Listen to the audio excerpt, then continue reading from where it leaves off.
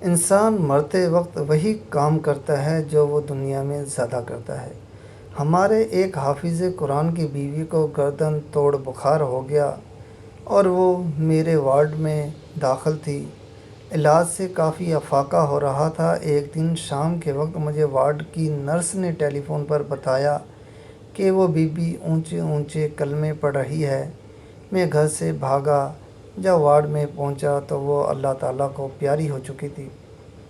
یہ مرحومہ نماز روزے کی پابند اور حافظہ بتائی جاتی تھی۔ ایک نوجوان دل کے مریض میں میرے پاس زیر علاج تھا۔ میں اسے دیکھنے گیا تو وہ ریڈیو پر گانے سننے میں مشغول تھا۔ مجھے پتہ تھا کہ اس کا مرض لا علاج ہے۔ میں نے اسے قرآن پاک پڑھنے کی ترغیب دی تو کہنے لگا، میں حافظ قرآن ہوں، قرآن بھی پڑھتا ہوں اور گانے بھی سنتا ہوں۔ میں نے پوچھا کہ کون سا کام زیادہ کرتے ہو؟ کہنے لگا گانے کو زیادہ وقت دیتا ہوں۔ جب مر رہا تھا تو منہ سے گانے کی آوازیں آ رہی تھی، کلمہ نصیب نہ ہوا۔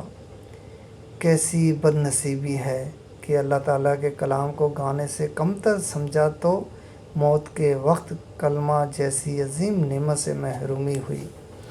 ایک ڈاکٹر آخری وقت میں ریڈر ڈائجسٹ طلب کر رہا تھا اور ان کی بیگم پاس کھڑی کلمہ کی تلقین کر رہی تھی۔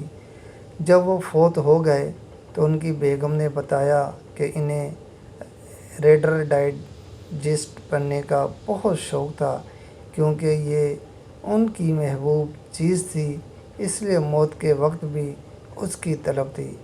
ایک زمیندار موت کے وقت بار بار یہ دریافت کر رہا تھا کہ بھینس کو چارہ ڈالا ہے۔